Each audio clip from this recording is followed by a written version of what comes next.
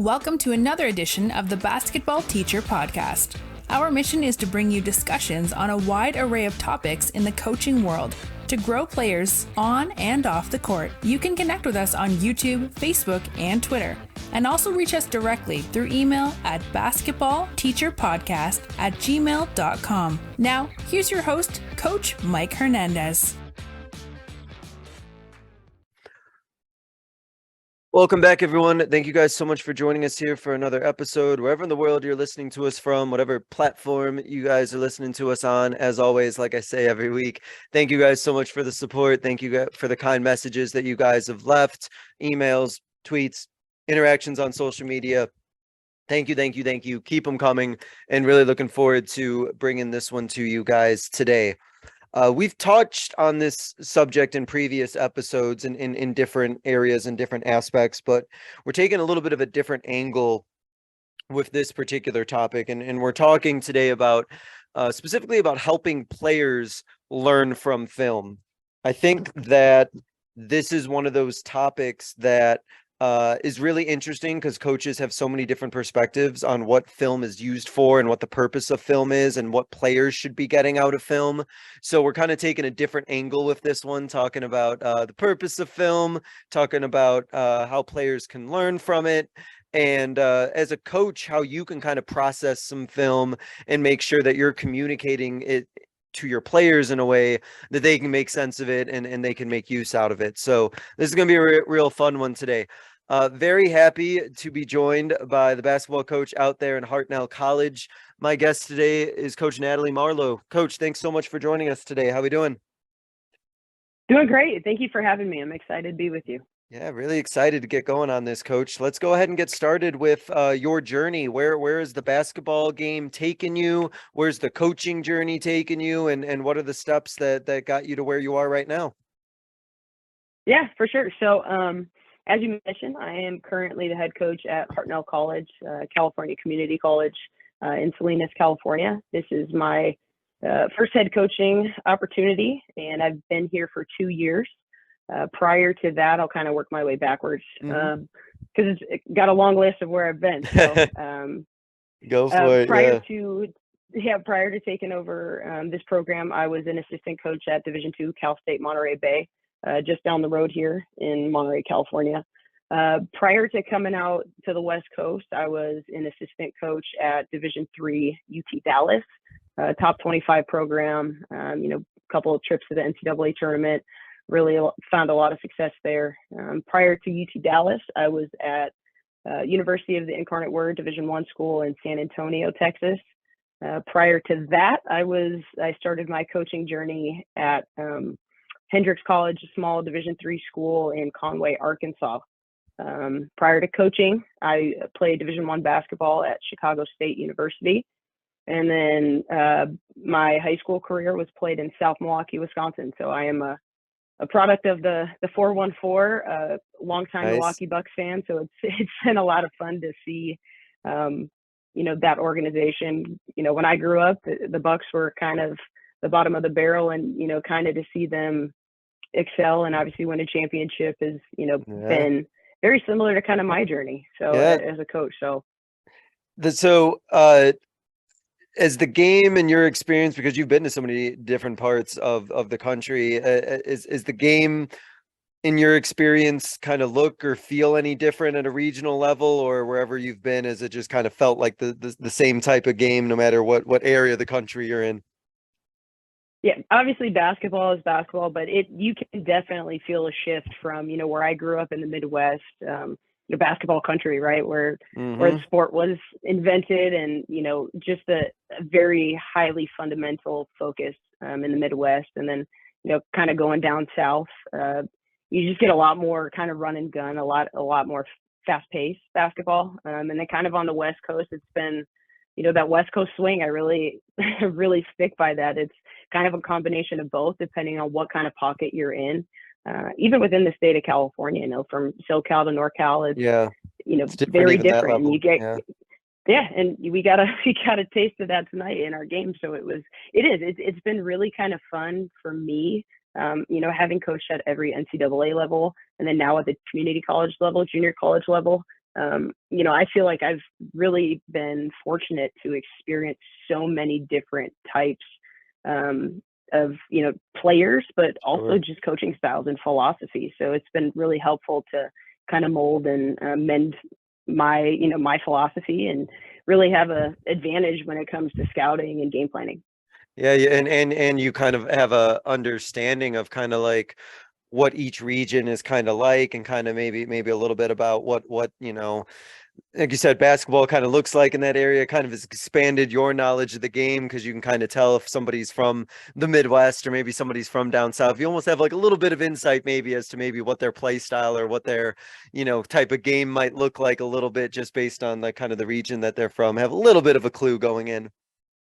Yeah, absolutely. And it's really helped me in this, in this opportunity as a head coach at a junior college, because, I'm trying to get these kids onto the next level and, find some scholarships or schools that are going to be the right fit for them, both academically and athletically. So, Mhm. I think that's really helped me help these kids with their futures.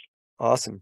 Now I know something that you're passionate about is that you want your players to be learning the game rather than just simply doing what they're told, or kind of simply following commands or instructions. So I kind of wanted to ask about that process a little bit, about what what does that kind of actually look like in terms of coaching, as you're trying to get your players to learn the game rather than just following commands. Well, what is the process of kind of helping your players kind of learn the game, and then what have you kind of seen from your players as a result of that? Yeah, you hit the nail on the head. I'm huge on getting my players to learn the why behind the how.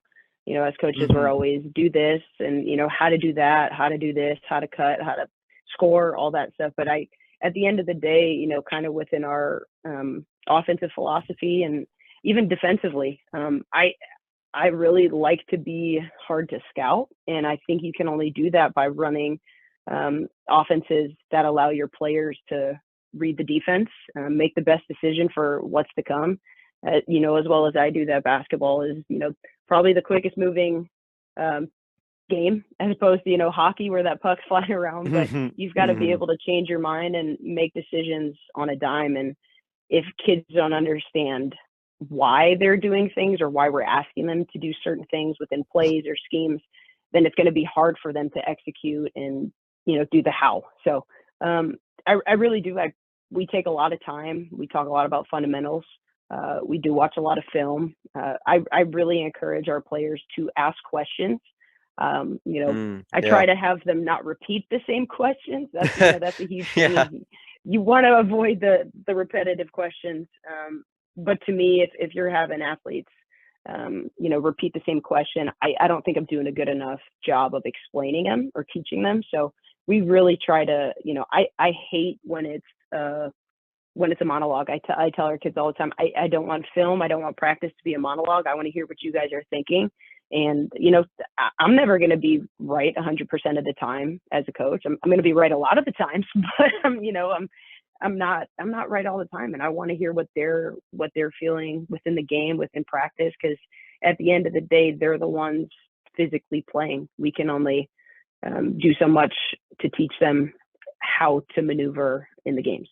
Yeah, and that's kind of a big cultural piece, I feel like, for a lot of coaches and a lot of programs, especially the ones that are successful, is a culture where players feel comfortable asking questions, and they don't feel like they're going to get ripped apart or going to get criticized for Hmm. not knowing something right away. And I think that if players know that they can like ask questions, and they can ask the why behind why something's happening, and they feel that freedom to do it, I think that maybe opens up so many more options that you have with your team and when your players, when they can ask those questions. I also think that it just makes them a lot more engaged, because they know that they're kind of have some ability to have a conversation with you about what's going on, rather than always have to being on the receiving end of something. Yep, absolutely. And even, with players who have injuries or, Hmm. are redshirting or not able to play, if we're in film or even in practice, you have to make sure they're engaged. And, because if they're coming back to play for you next year, it goes back to the repeating thing. I don't want to have to repeat myself if you're with us, if you're in the gym, you better be a sponge and listening to everything that we got going on. And if I'm talking to one player about something specific, I need everybody's ears to be locked in, because they should be able to pick up on that and, either avoid that same mistake or make that same correction without us having to stop again. So yeah, it's crucial to have everyone locked in and engaged. And you've got to make players understand that you care about them. You can't you can't just tell them you care about them. You got to show them. And I think that's one thing that in our program we do a really good job of. It's not just about winning and losing basketball games. It's not just about being a better basketball player. We really hit on the life lessons that you can get out of being a part of a team. In any situation you're in, again, being a sponge and just soaking up all the knowledge you can, because it may not help you today, it may not help you this week, it may not help you in the next year, but 10 years from now, something you learned today could help you in some way, shape, or form. So that's what we really try to emphasize. Yeah, that it reminds me of that old adage with students or players, right? That they have to learn that you care before they're going to care to learn. That was what that reminded me of. Yeah, that's great. Totally.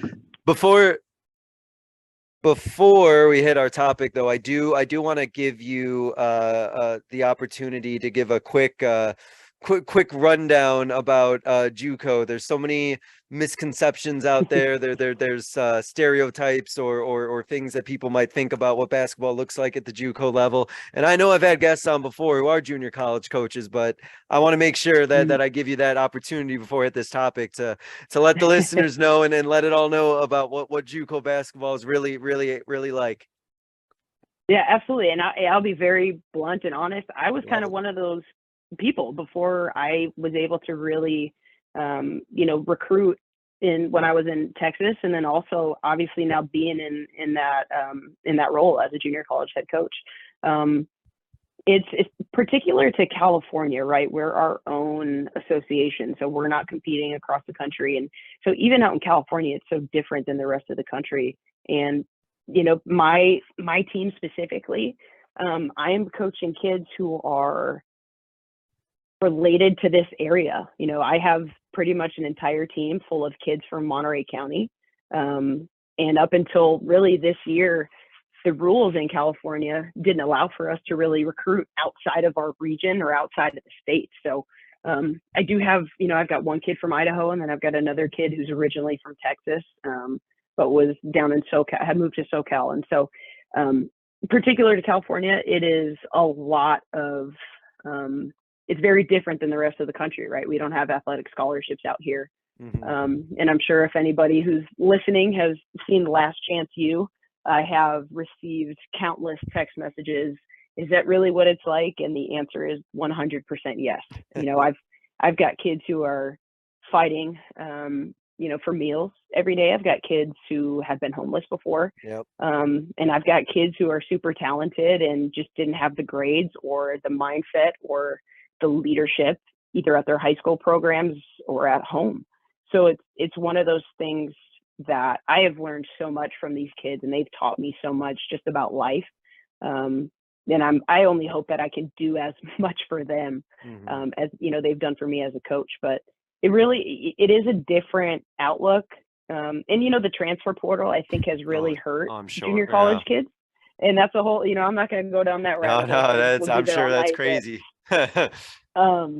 So yeah, it really is, these kids just, some of the kids I have, they just want to play 2 more years. And then I've got another handful of kids who are like fighting for scholarships, right? They're fighting for that opportunity that they either went to a smaller school, played for a smaller AAU program over the summer and didn't get seen as much.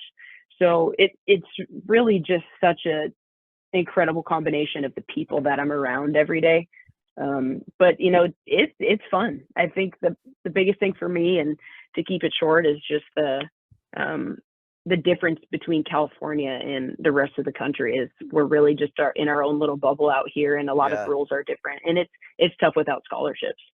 Yeah, and I think just to kind of put a bow on that, though, I think especially in that JUCO position that you're in, I imagine relationships are even doubly or triply important when you have so many different players who are coming with just so many, not only different experiences, but like you mentioned, right, different goals and different aspirations for themselves, that you Yep. really must have to know your players and know where they're at and where they came from, where they're trying to go to Mhm. really get them to buy in.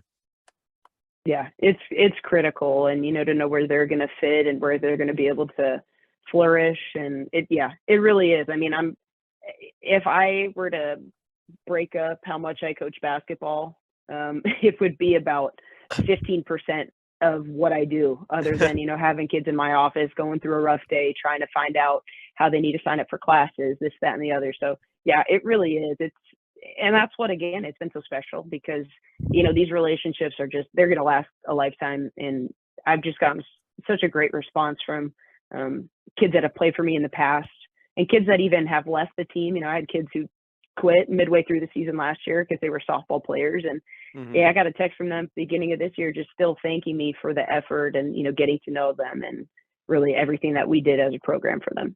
No, that's awesome. That's really cool to hear. Great. Yeah. So as we kind of transition into the topic here, this is kind of, I know there's a lot to kind of dive into here in the time that we got about helping players learn from film. So let's kind of just start with Mhm. the process really of kind of going through film with your players. Like when you think about that process, especially for I'm sure you have situations where there's maybe even players who never really had a lot of experience with film and maybe some who did a lot with film. So I know every Oh player yeah. is kind of different in their own way, but in general, kind of what's that process for you personally when it comes to going through film with your players and going through the process of helping them learn from it? Oh yeah, absolutely. There's a huge difference between, and you can tell, what kids have at least watched a little bit of film in high school or none at all. To me, it comes back to knowing your players and Yep. understanding how they learn. Obviously, this part of the season, we're doing a lot of scout, kind of watching, the teams, our opponents that we're going to play. I do on Mondays though. We always watch film on ourselves, trying to learn from, what we're doing. Because I tell our kids all the time, it doesn't matter what the other team's going to do. It matters how we show up and how we execute. So Mm. I don't show them a whole lot of film. If we had more time, if I was at a school where one, I was a full-time head coach and had the time myself, and also our players, didn't have to work and worry about other things, we'd watch a lot more film. But honestly, I really do try to leave it up to the kids. Like, I encourage them, hey, if you want to get in the office and you want to watch film and you want to break it down with me, say when, and we'll do it. Everyone, our kids, we're lucky to have Synergy. So all of our kids have access to Synergy and can watch our games whenever. So I really encourage that. We have a couple who get on that often. We have some that probably don't even know what it is because they didn't check their emails or whatever. So it's, during the beginning of the season, early on, we do watch a lot of film on ourselves, particularly outside of conference, as we're kind of building up to that Christmas break. We watch a lot of film on ourselves, like I said, about every Monday. But then when we're in season, it's a lot of, quick breakdown. And I've learned my team this year, my group this year, is their attention spans are like me, got ADD, and just like, if you can get them engaged and locked in for 20 to 30 minutes, it's a good day. So we don't do film for more than 30 minutes when we're talking about, our opponents. We keep it very short and concise. And then there's, some kids who really take to it and they'll ask, is there a specific game I can watch of the other team, or, something that I can watch and, do for myself to work on in practice. Then I'll have those specific either meetings in person with them and watching, or, encourage them to do that on their own. So, the process for me, I would love to have more time. At previous schools, I've kind of orchestrated what's called what I've called the breakfast club. Oh yeah, And it's just, yeah. when I was as an assistant coach, I'd really, in charge of the guards, I'd really get in with the point guards because, they're the floor generals, right? If you're going to run an offense that really is heavily reliant on, your point guard being strong and maintaining the control of the game, it's crucial for the head coach, or at least the coaching staff, to be on the same page as the point guard. So we did whatever point guards, I started with them. And then as the word kind of started getting out, oh, they're watching film with coach, a couple more guards or a couple more players start to get in there. And next thing you know, you've got Yeah, get on a Monday little group mornings, going. a room full of kids. So To me, that's crucial. And again, when you watch film, if you can watch film in a small group or one-on-one, that's just building relationships, right? It's just emphasizing the relationship that you already have, and it's building trust. And it really just, it helps the camaraderie within the entire team. So if I'm a player in this hypothetical situation and I'm playing for you and I'm looking to schedule, I schedule that one-on-one meeting where we're gonna look at film, and I'm coming in your office here. I'm gonna watch film of coach one-on-one. What could I as a player expect? Well, what is that conversation going to look like? What is that process going to look like? How do you kind of go through film with a player in a one-on-one type situation with them? Yeah, I put a lot of pressure on them. I really try to, like, if I see something, or if I know something in particular going into it, I'll maybe stop the clip and say, what am I going to say? What am I thinking? Or what am I seeing? Or what do you think? Right? I really try to get the players, going back to, I want them to understand why. I want to know what they're thinking before I even tell them what my thoughts are. I want to know how they're either viewing themselves, how they're viewing, the offense, the defense, and a lot of times the point guards too, or even players who are struggling to, understand plays or the offense. I'll get them in. I'll say, okay, we called, our play 4. Pause it. What are you supposed to do? And I'll have a whiteboard. And I do this as a team setting as well. Have the whiteboard, dry erase board, draw the play, or talk me through the play, so that, I know that they're, 1, completely lost, or 2, they just forget what the next step is, Yeah, so I try to apply some pressure to them. And like I said earlier, I don't want it to be a monologue. It's got to be a conversation, because if I'm just telling them, that's not showing me that they're understanding, that they're not comprehending. So they've got to be able to speak that, or at least show me visually that they're understanding what they can do or what they should be doing. And I've talked about this with previous coaches as well, and I'm wonder if it's the same for you as well. That process of you asking them those questions and them figuring out where those points of confusion are. Is that also helpful for you as a coach? Because does that kind of help you understand if where players are seeing that confusion, and maybe it's a situation. I know I've had this situation before where I've asked questions to multiple players, and I found that they were all kind of confused about the same thing, and then I'm like, maybe I need to do something different. Maybe it's something on me that I'm not quite communicating correctly. I don't know if you've had moments like that yourself too. Oh yeah, absolutely. And that's one thing, with I've got a group who's super shy. I really have a shy group. That's interesting. And that's, for me, it drives me nuts. And again, I think that just really, it plays to the area and the type, just basketball is not super strong. Women's basketball is not super strong and prevalent in, this small Central Coast, Monterey County. There's a lot of softball, volleyball, soccer is huge. So a lot of kids really just kind of go to those sports. And so for the kids that, in practice, I'm asking them, like, what are you confused with? And they just kind of go silent, and it drives me absolutely nuts. But since the season's progressed, you can see their minds are really starting to work, and they're like, okay, now I get it. But to me, again, I've gotten to know these kids. I've really started to understand, like, some of them just kind of get anxiety when they're put in, called out in front of a group. So I make sure not to do that in front of everybody. I'll, sub them out in practice and pull them over to the side. Or again, if it's in film, I really try to make sure that I'm posing questions in a way that they're not going to feel like if they say something wrong, it's the end of the world. So, and that was what I was about to ask about those sessions. I can imagine for a player too, they could be pretty terrified. And I mean, the film sessions can and have, gone into grill sessions and have gone into very negative headspaces, and people feeling like they're getting ripped apart, and people leaving film sessions feeling like they never knew anything about basketball and they're completely clueless and helpless. So what do you kind of have to do, maybe in terms of setting the environment where players are feeling positive and still feeling encouraged, and not feeling as if they're going to just be ripped apart or completely torn apart as a basketball player when they're having those sessions?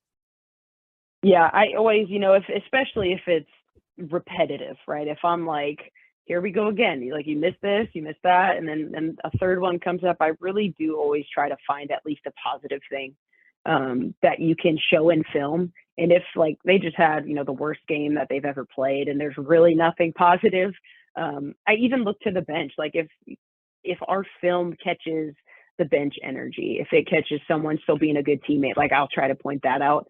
Or if there's literally nothing on film for me to call them out and in a positive manner, I'll talk to them, before we start practice. If we're watching film before practice, or after film before they go home, or I'll send them a text later and just be like, hey, I know I got on you a little bit today, but it's just because, we need you. We want you to be you're a huge part of our team. We believe in you. And we just try to pump them with some encouragement to follow that up.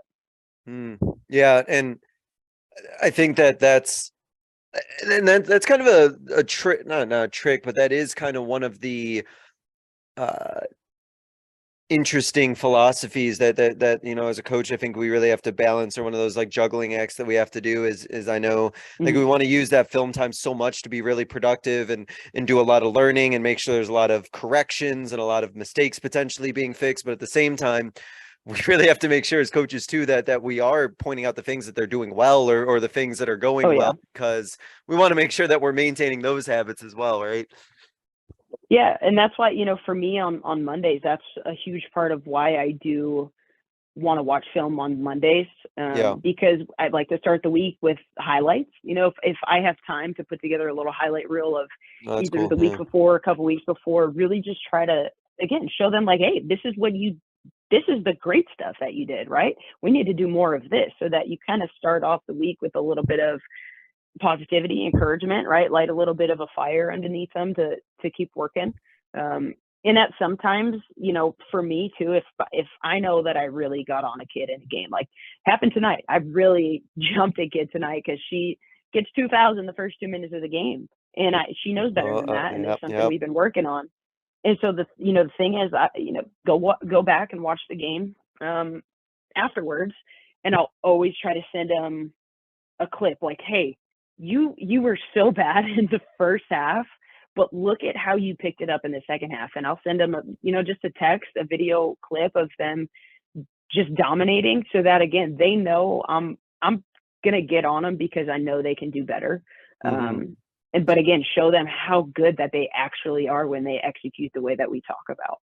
Yeah, I had a girl that this past year who I joked with her that she must really like those chairs on the bench, because she loves sitting on them, with how much foul trouble that she gets into. But when we do work with her as a coaching staff, we show all of the great things that she is doing when she's on the court, and then that conversation is like, now we just got to get you to stay on the court so you can do these things for a lot longer, rather than picking up 2 fouls in 2 minutes and sitting down next to me. And I think that conversation is a pretty productive one. And I think the last couple games, I don't think she sat on the bench as much. So I think we got a little progress made with her there. So that was nice. I was like, these chairs aren't that comfy. I don't think you like sitting on them that much. Absolutely not. In a general sense, because film can open up a lot of people's eyes, and players definitely will notice things on film that they may have had no idea that they were doing when they were on the court. So in general, what would you say players don't really realize about themselves, like, until they see it on film?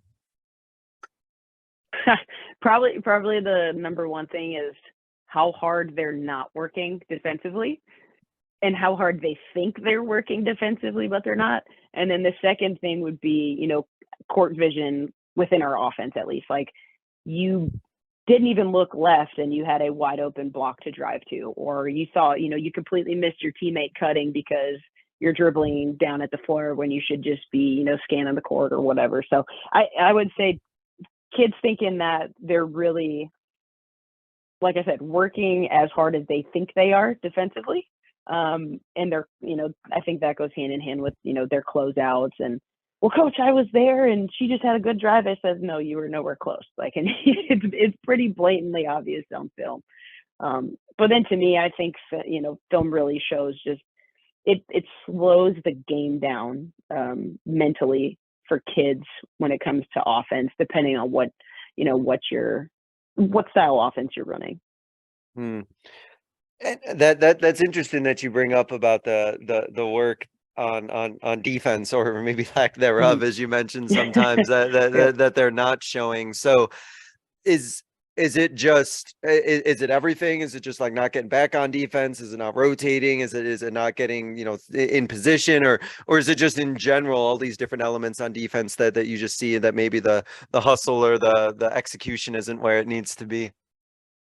Yeah, it's really a combination of all that. Yeah. Again, it's really specific to this team that I have this year.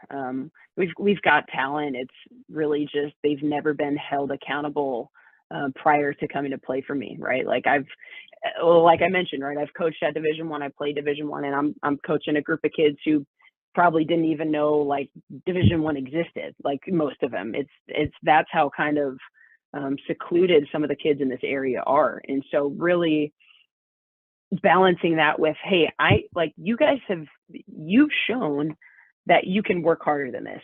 You just have to do it consistently. And that's the one thing that has been kind of our Achilles heel, is showing up every day and working that hard. And so, it is, like I said, it's pretty obvious if you think and you say you're sprinting down the floor, getting back in defensive transition, and a girl is sprinting past you, and we all know that you're faster than her. So, like I said, for this team specifically, it really is just, going from jogging to, helps out of help side, and, sprinting. You got to sprint everywhere. And we talk about that a lot. And, you can't jog to help. You can't jog to box out. You've got to sprint every single possession on the floor, no matter what it is. And I tell our kids, man, you don't have time to rest on defense. You can never rest on defense. If you want to catch your breath, do it on offense. Go hide in a corner, catch your breath for 2 seconds, and then figure it out. But on defense, you don't have time. Yeah. And that's to me, that's all really and kind of an interesting, I guess it's kind of like an overall like coaching point or coaching topic. And for a lot of players is that realization of like what effort is, or what effort looks like, or what hustle looks like, or what those things are. Because I think for I think for most of us as coaches, the definition maybe or the work that our players might put in some cases might not match what we expect or the reality of it. But like you said, I think film does a really good job of kind of showing that. But and I think what's good about something like that is it becomes evident to them. And it's not you as a coach having to say like, hey, you're not putting the effort in. It's like they can just literally see it and be like, well, is this the best you got? Like, is this as good as it is for you? Or and hope it seems like they do a pretty good job self-correcting or understanding that their maybe their hustle isn't exactly where it needs to be all the time. Yep, totally. And so you talked about also, something about film. I think you mentioned how it kind of like slows the game down, or kind of helps them kind of process through things or see things. And I wonder if that's part of the process of them kind of having to learn the game. Because I think in my experience, what I've seen sometimes with players that I've worked with, or players that have always kind of done what they're told, I often find that those players are often reacting to things, or they're kind of very robotic in what they're doing, and it doesn't allow them to kind of like play and see the whole floor or see everything, because they're so focused on completing a specific task within the offense, or we're trying to do a very specific motion. And so I wonder if like as you're trying to kind of help your players learn the game, if that process of like having them watch film kind of helps break away from them just doing what they're told, to actually like helping them understand everything that's going on throughout the course of a game. Yeah, absolutely. It's at the beginning of the season, we give them, a binder. It's essentially their Bible for our team, which has, our plays and that sort of thing. They'll keep their scouts in there. But I have, I include we call it a championship terminology page. And it really lays out all the terms that we'll use within our offense, within our defense, so that, because like I said, a lot of kids in this area are like, when I first started last year, I felt like I was coaching a 6th or 7th grade basketball team. Like that's how far we had to break Oh, down when wow. it came to fundamentals and really like teaching them how to actually make a chest pass and a nice bounce pass. And when I was teaching them how to make a push pass, they were like, well, I don't even know what that means, coach. And I'm like, okay, well, this is why we're doing it. So but that championship terminology page has been really, I think, impactful because of the lack of just basketball terminology that's taught in this area. But more specifically, like I really try to make a point that the first month of practice, right, when we're really going over our offense and the philosophy and what we want the program to be about. I encourage them to go back and look at that page before we start, right? Look at it before we start. And then as you start hearing these terms in practice, go look back at it and be like, oh yeah, like it was there. Cause I want these kids to be prepared so that I'm not just, when I'm talking, if you're saying a flare screen and a kid looks at you like you're speaking a completely different language, they've already at least seen the word or heard the word from another teammate. So they're not completely thrown off guard. It's just now having to explain and teach what it actually is. So again, I think that has helped really speed up the process of slowing them down, if that makes sense. Yeah. No, absolutely. And I think that, then you incorporate the film aspect of it, and then that's a great time probably to use a lot of that terminology when those things are coming up, throughout the course of film, and actually kind of strengthens that connection between the term and then like, hey, here's where it's being demonstrated, or here's where it's happening on film as well, and seeing it, practicing it, and hopefully kind of really sinks it in, and then they got the championship vocabulary and those words down. Right. Yeah. And that's, something, again, it's so important to know your players and know how they learn. So at the beginning of the season, we, some of them just weren't grasping it. We're sitting here, 2 to 3 weeks in, and we've done pretty much the same couple drills to just pound it in their heads to get them to understand like what we're doing. And it just wasn't clicking. Like I would say, either set a flare screen or, get halfway up the line or be in the gap, and they're just still doing the same thing incorrectly. And so I was like, we got to try something different, right? I've got to try something new with how I'm teaching them. And maybe they're not grasping it because they don't know how to, they don't know how to comprehend how we're doing it. So I literally in the middle of practice, I kid you not, I think it was the 3rd week, I was so frustrated because I'm still getting that deer in the headlights look when I'm, saying whatever it was. And so I told my assistant, I said, hey, put 10 minutes on the clock, have them shoot free throws, do this. I'm going to write a quiz. So I literally went, got our championship terminology book. I wrote up a quiz, told them, go grab your notebook, sit down, 15 questions, describe what this term is, write it down in your own words, draw this play, do that. And so again, it's 15 questions. And I think there was 2 kids that passed.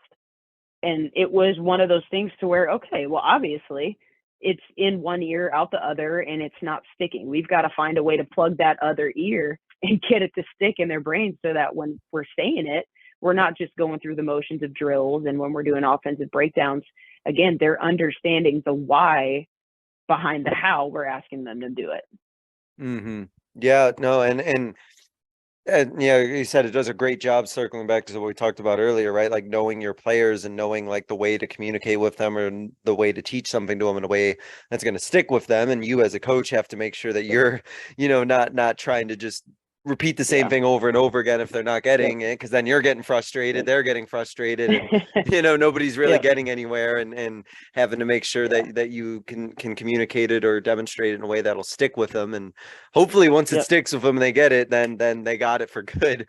These fingers crossed, that's what the process is like.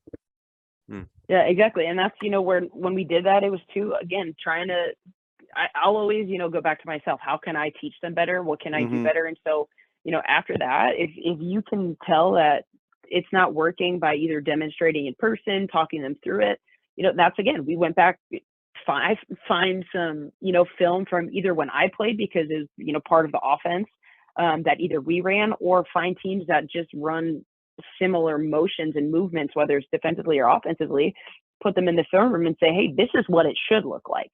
And actually I think it was last week, we, had a game on Friday, and, I showed clips of the team that we played against two teams.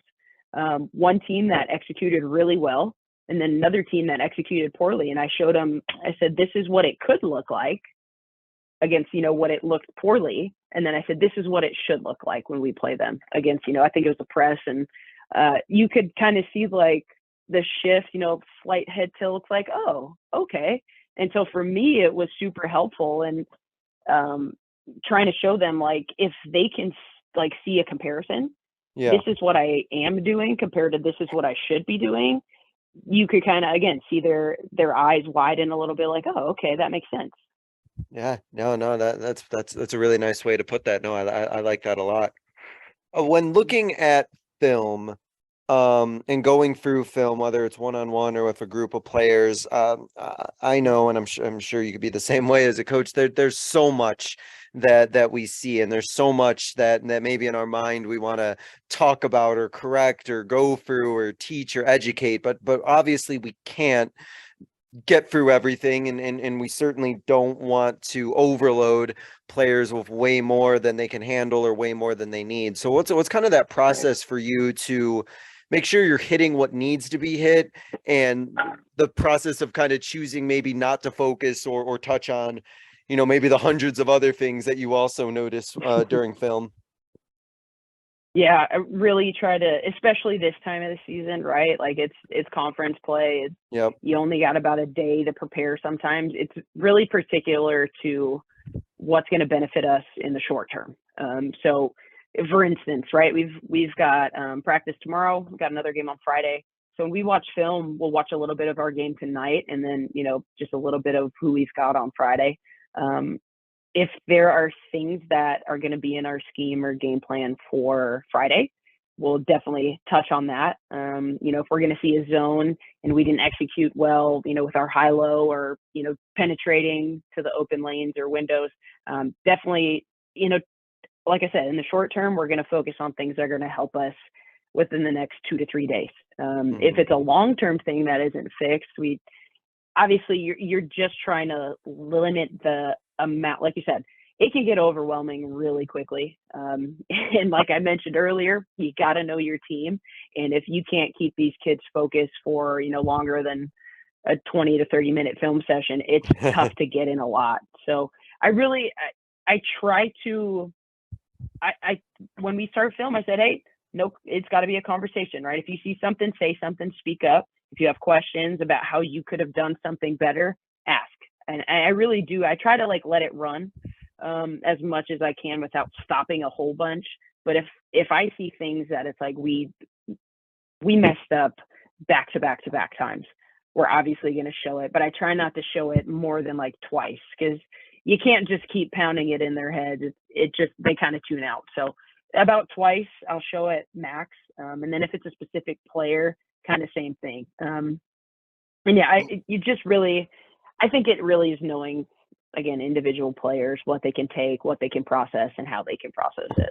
Yeah, and as you mentioned, right, it's a real short turnaround time that you have as well, too. So, there's not a lot of time to get through tons of stuff or have tons of things. You gotta make sure that you're being kind of efficient with the way that you use your time, and kind of hit on those things that, and I'll let you speak to it. Maybe hit on those things that are just those, real quick adjustments, or those things that can be, maybe more easily corrected, or maybe the real, egregious ones that absolutely have to be addressed, and maybe, some of these others that, you just, maybe the time isn't there, or whatever the case may be, because if you got, a game the next day, or whatever the case may be, that you really can only highlight, I'm sure, just very certain specific things that are going to, get the most value in return for you and your team.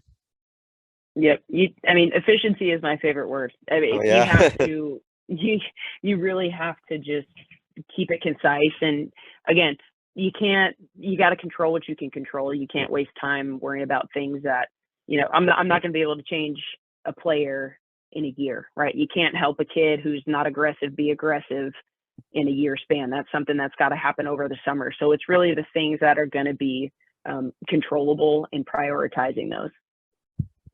Yeah, no, 100%. And I think that I've found for me, and I've been very rarely in those situations coaching high school. I usually get a lot more time, and I'm sure at the collegiate level you get. But I've had a couple of situations of those quick turnarounds, or three games in 5 days sort of thing. And if we're going to do anything with film, I think the biggest one is those like lack of effort things, like kind of like you mentioned, those things that are just like we absolutely not only do we have to clean those up, but like there's no reason why we can't, there's no teaching necessarily involved. That's an effort sort of thing that has to get cleaned up. So and that's why, to me, those defensive ones I feel like I get a lot out of, because a lot of it so much I feel like is defense that the players, I've learned, even my players can even just call themselves out or each other out in a respectful way for maybe some lack of defensive effort that exists sometimes. Which that's always good too. You can have players who can respectfully call each other out during film or point things out that they all can work on. I think that's always a good culture piece when that can still be a positive and productive conversation. Yeah, absolutely. It's crucial. Accountability is huge, and that's individually, but also, team wise. I mean, you hit the nail on the head. It's if you've got accountability across the board, and players can call each other out, and maybe picked off a little bit in the moment, and then really kind of just realize like, hey, yeah, like they were right, and I got to do better, and I'll do better for you. And that's a huge thing for us. Is our kids, like, they know, and I got on them at halftime today, because I said, it looks like you guys are just disappointed with how your individual selves are playing. And I said, that's the one thing that I'm upset about, is you guys aren't lifting each other up. Like, our point guard had a very rough night, and I said, y'all got to know she plays almost 40 minutes a game. Somebody's got to give her a break, lift her up. If she's doing, if she's having an off night, somebody else has to step up for her. And so it's huge. And we preach that all the time. These kids are really starting to, they were very reluctant, for that trust part, but it's been really fun to see the progress of how they've started to trust each other and really come together,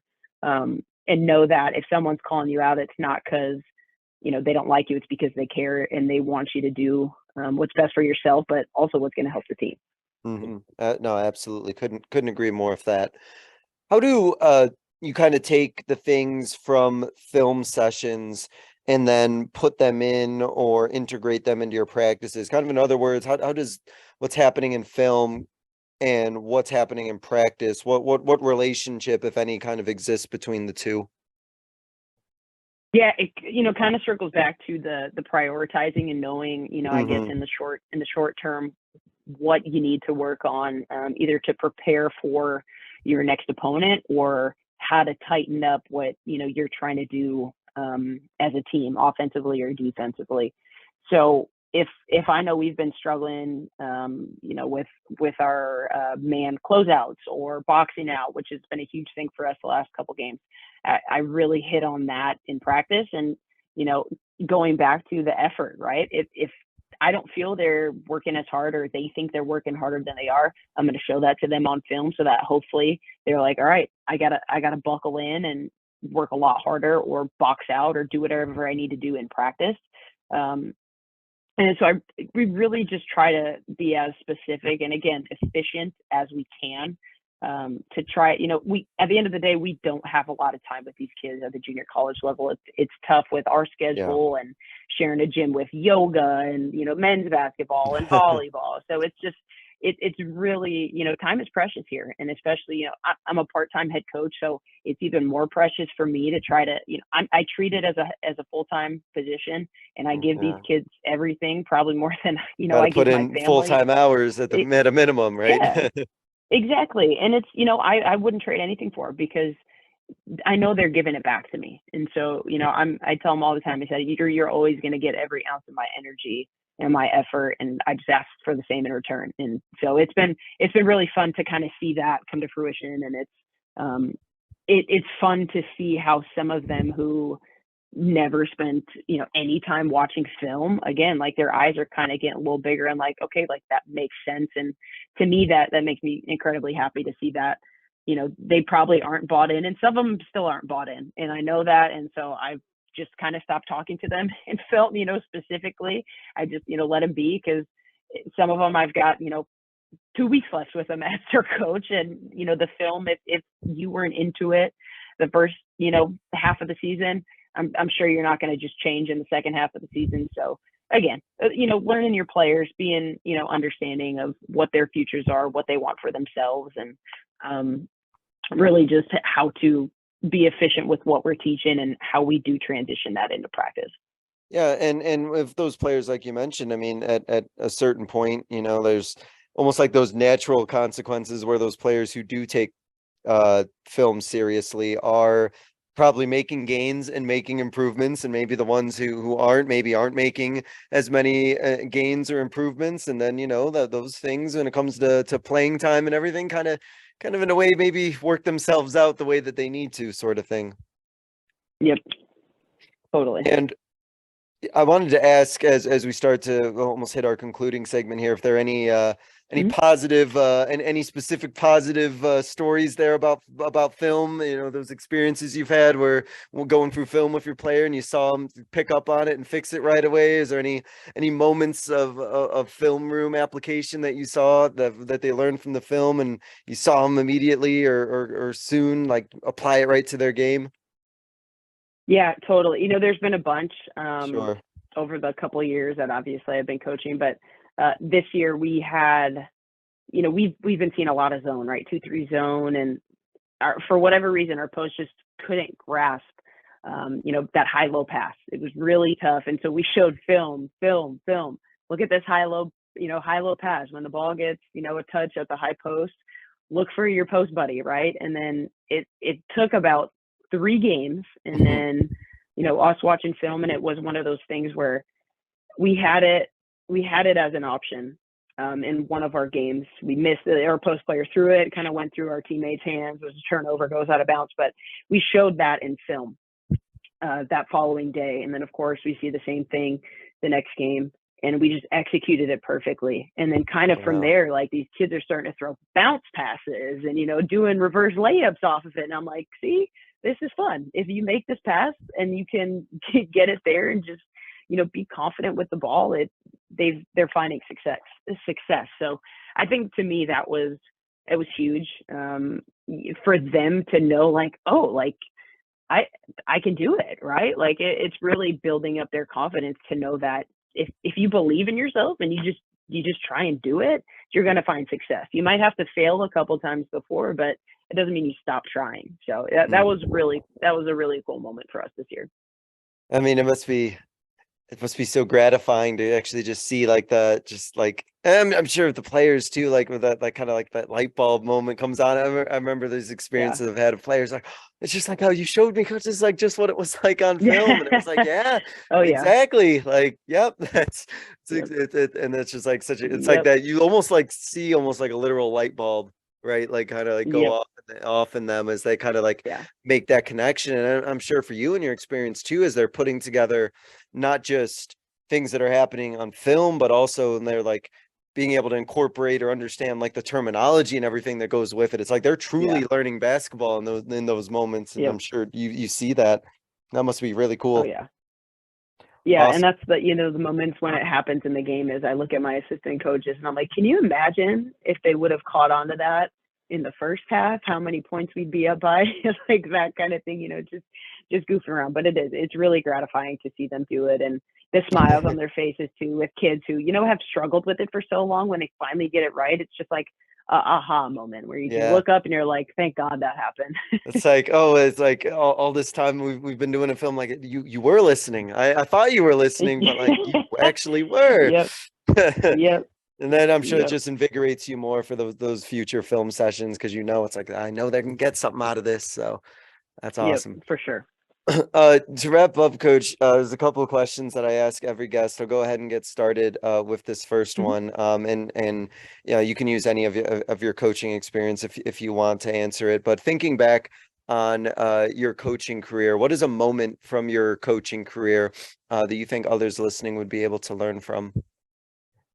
Oh gosh, just one. I'm sure there's many. man, there's a long list, but no, one thing that the most recent, I was, when COVID happened, it was tough. I went through a really tough, quote unquote, breakup from the last job I had as an assistant coach. And it was rough. And then COVID happened. And really just kind of at that point in my life, like, is it worth continuing to do this? Right. Like I'm putting so much time and energy into, what this thought that I had when I got into coaching, right? Like, oh, I'm going to be a head coach by this time and that time. And, been bouncing around all over the place, and I've had really good opportunities. And then, somebody got fired and something, slipped the rug out from under me. And then you're on to the next, trying to find another job and move on. But I've been fortunate to have really awesome mentors that have helped me just kind of, circle back. But when COVID happened, it was tough. I was without a job. And then this opportunity came open at Hartnell. And then I also had an opportunity to, go back home to Milwaukee and coach at a Division III school there. So, being around family and all that would have been incredible as, my first time as a head coach. But it just kind of, I had to center myself and know, like, I think I'm in the right place that I need to be geographically. And then this position, it came open. And, I knew it was going to be a challenge. This program has not seen many wins in the last 20 years. We're on the brink of a 20-win season. And last year we won one game. I had 6 players. Oh, wow. We won one game last year. Thankfully didn't have to forfeit any, but again, to see that, one, I knew I was in the right place. I've known for quite some time that I wanted to coach and that this was what I need to be doing. That's, what my purpose is. And then to be in the situation that I'm in now, knowing how long and how hard I've worked, not only as a coach, but as a player too. Like I've been on teams that have been rebuilt, teams that have been really not considered good programs or anything. And I've found success kind of being that underdog, having a chip on my shoulder, not having anyone think that you're going to be able to do what you're doing. So, right now it's really, I'm soaking up every second of this year that we've had and the season that we've had. And I think the most proud I've been is because I've, out of the 6 kids I had last year, 4 of them returned, and just to see them continue to work their tails off and finally, getting the wins and seeing how happy they are. And just because of the effort they're putting in, it's really been so cool to see that happen. And just stay in the course. If you think that you can do something, if you believe in yourself, don't give up, right? Like I accrued so much debt from, having these crazy moves and, from Texas to California. And, I've been in debt for so long, and, I wouldn't trade it for the world. I finally got out of it and I'm doing what I love, and I've found the success. I'd like to think karma's been on my side, and I hope to keep it that way. But just stay the course. If you truly believe in yourself and truly believe in what you're capable of, stick with it. The right time and the right moments is going to present itself to you. Yeah. I mean, if you want it, right, you gotta go for it. It's kind of like that saying in basketball, right? Where like the ball finds energy sort of thing. It's kind of like the same thing with the coaching job or the coaching gig, right? That finds energy and finds people who are going to go attack it sort of thing. So yeah, I mean, I'm just tired from hearing your journey, let alone actually having to experience it. But I mean, you're a testament of, like, if it's something you believe in and something you want, like you gotta come after it, and it won't be waiting for you. Yep, absolutely. Got to go get it. Awesome. Coach, to wrap up, I give every guest what I kind of call a 60-second soapbox. I kind of feel bad because that was almost like a beautiful soapbox that you just kind of did just now, but it's kind of like your platform to kind of get out your final message, a closing thought, just kind of a closing idea that you want to leave the listeners with. So if you got another one in you that you can bring up, by all means, I'm going to go give you the floor, and I'm going to let you kind of take it from there. And if you go over 60 seconds, that's okay too. I'll keep it short since I was a little long-winded on the first one. But no, I think, kind of to circle off that, it really is just if you're into something, especially when it comes to coaching, giving yourself as many opportunities to learn as you can. Getting to the convention, every year at the Final Four has been huge. And really taking advantage of mentor programs has helped me so much. And, I know it's time constraint when it comes to trying to get on every Skype or Zoom that there's, or coaching podcast, right? You can't listen to everything. But to me, the one thing that I have benefited from the most is mentor programs through either the WBCA, We Coach, which is a women's coaching organization, through the NCAA.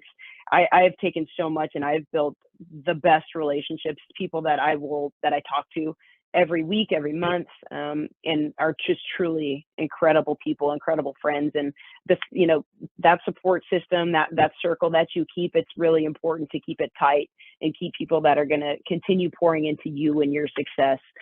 It's crucial to have yourself surrounded by good people. I truly believe, and I know I'm only a little bit biased, but I do coach other sports as well. But I truly believe the basketball coaching community is like the most like accepting and the most like sharing and like loving. And there's just so many great people out there who are willing to help and exchange ideas and talk with each other. That like there's kind of there really is no excuse to feel like you're on your own. There are so many people out there, whether in person or virtually, who just love to connect. So it's incredible. Great. And I think it's been, fun to see some of the bigger names, like Kelly Graves was on, a Zoom during COVID. I took so much from him when he was on it. And, the Pac-12 coach, a guy who's, been in the Final Four, and same with Mike Neighbors. Like when you see the bigger coaches, right, the ones that we hear about all the time, when you see them on these platforms speaking to, small community college coaches, right? Like it really, you can see just people refinding, themselves and starting to really believe like, hey, I can do that too. Like that opportunity is going to be there for me. Just got to, again, continue to follow it. Yeah. Absolutely. And speaking of connecting with one another, thank you, Coach. Much appreciated. Thank you, Coach Marlowe, for coming on, talking about JUCO, talking about your program, talking about film, talking about culture building and building connections with your players. I know that even though you are, as you mentioned, only part-time, I know you're doing a full time's worth of work, if not much more than that. And it sounds like you're doing some great things out there in California. So best of luck. I know as you're kind of finishing and wrapping things up for this year, and keep doing what you're doing, and best of luck in the future as you keep going, Coach. Thank you for coming on and spending some time. Yeah, appreciate you for having me. I love what you're doing for the community too. Appreciate you, man. Thank you so much. And thank you all so much for listening. This was another edition of the Basketball Teacher Podcast. We'll see you guys next. Thank you for listening to another edition of the Basketball Teacher Podcast. Make sure to connect with us on YouTube, Facebook, and Twitter, or reach us directly through email at basketballteacherpodcast@gmail.com. Take care, be safe, and we'll see you next time.